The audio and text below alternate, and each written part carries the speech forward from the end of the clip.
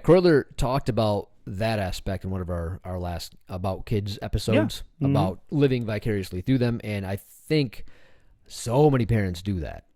I don't understand that. So, well, it's definitely a thing, and it's a thing. Everybody knows it's a thing, and even it is a thing. But you would think that you would be the primary candidate for that, because you didn't start things because you did karate, so you have martial arts experience. You also were picked on as a child, and you were quieter, just like your girls. You'd think you would be one of those people that'd be like at the tournament going, "You suck, go!"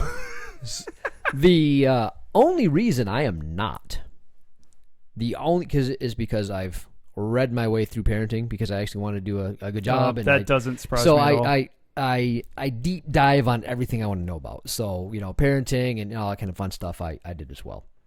And I'm like, oh, I would have been that guy had it not been for the books that you read. information. Okay. Exactly. No, and it wasn't a knock on you at all. It's just knowing you. Yeah. Well, and you're competitive too. So I would have been that guy because I know what it's like to be extremely bullied, beat up my entire life, not good at anything, not part of any team. So I would have been the guy that would push and push and push my kids to have better experiences and be better than I ever was, so that they didn't have to go through the bullshit that I did.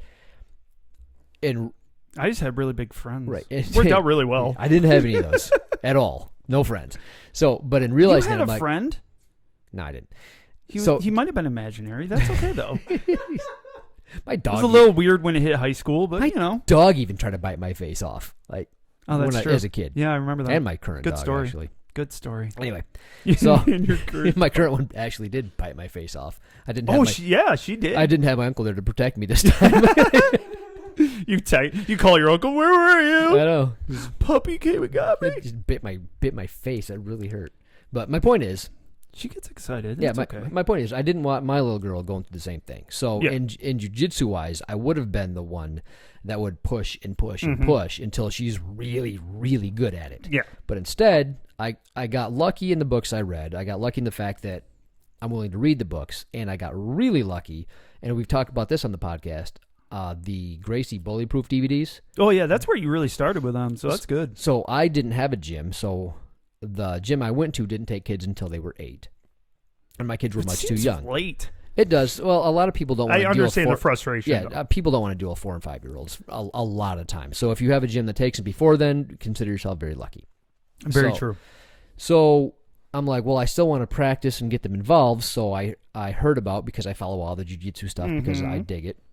So I'm like, this seems legit. So I got it in the mail, and they had kind of like for the parents thing, and they're like, hey, if you're going to teach your kids, don't keep correcting all the things they're doing wrong, because it's so easy to take the love out of it. Oh, yeah. So always strive to make it something that they enjoy doing and they're having fun. So if they're doing something wrong, just kind of like correct them as you're going and just keep on telling them what a good job they're doing, but put their limbs or whatever where they need to be. And I'm like, oh, that's a good idea. I never would have done that. That's a sports thing. It's keeping them enjoying it, getting them immersed in it is the most important part, especially when they're first beginning at a young age, is just getting them immersed in it.